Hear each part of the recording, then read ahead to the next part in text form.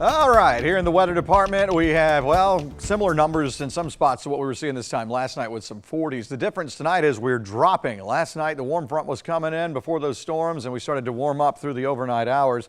We're at 49 degrees, and again, heading on down into the mid-30s for the start of the day tomorrow. And once we get the cool stuff, we're going to hold on to it. We're looking at mid-40s again in our western counties. And then you're still seeing some mid to upper 50s in our eastern counties. So the cold front doing its thing, and it's bringing the wind in too, as I mentioned. Again, the number in white is going to be your sustained wind, kind of a steady thing. And then the yellow is going to be the occasional recorded gust. So we're seeing over 25-mile-per-hour gusts out there, and that'll probably continue some off and on through tonight. The radar shot is quiet. The remaining sprinkles that were in our southeastern counties a few hours ago have now made their way on off the coast.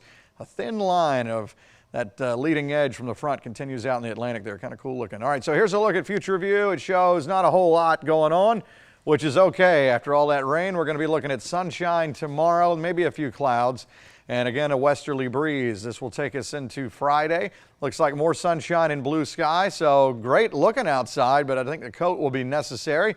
This will take us into Saturday afternoon, the better looking of the 2 days, and you can see the wind arrows pinwheeling around clockwise, high pressure there, so that will keep us into the nice stuff again for Saturday. But once we get into Sunday, we'll have to look at the models as we get into tomorrow and Friday. Definitely we'll know more about the timing, but if we could get at least part of the day Sunday, that'd give us more weekend than we had last weekend when we had that washout all day Sunday. It looks like at least Sunday evening into Sunday night, rain comes back in. Monday and Tuesday are looking quiet, and then we get back into rain potential again toward the middle of next week. So let's talk about the numbers.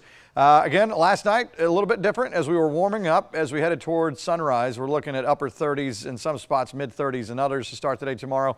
And then we'll say low 50s, could have some warmer stuff in our southern counties, but upper 40s not too far away in some of our extreme northern counties. Now, the freezing line with low 30s showing up on the map here for Friday morning, but I think we could easily turn in some 20s.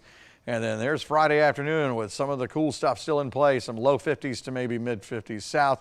And there you can see Saturday morning. I think we may still have some upper 20s. The wind, again, off and on through tonight, and we'll be there tomorrow. 20 to 25 mile per hour wind gusts even as we go through the day, and maybe calming down a little bit more as we head on through toward Friday. All right, so there's a 7-day. Good looking stuff. Again, the coat will be necessary. Cold mornings, cool afternoons.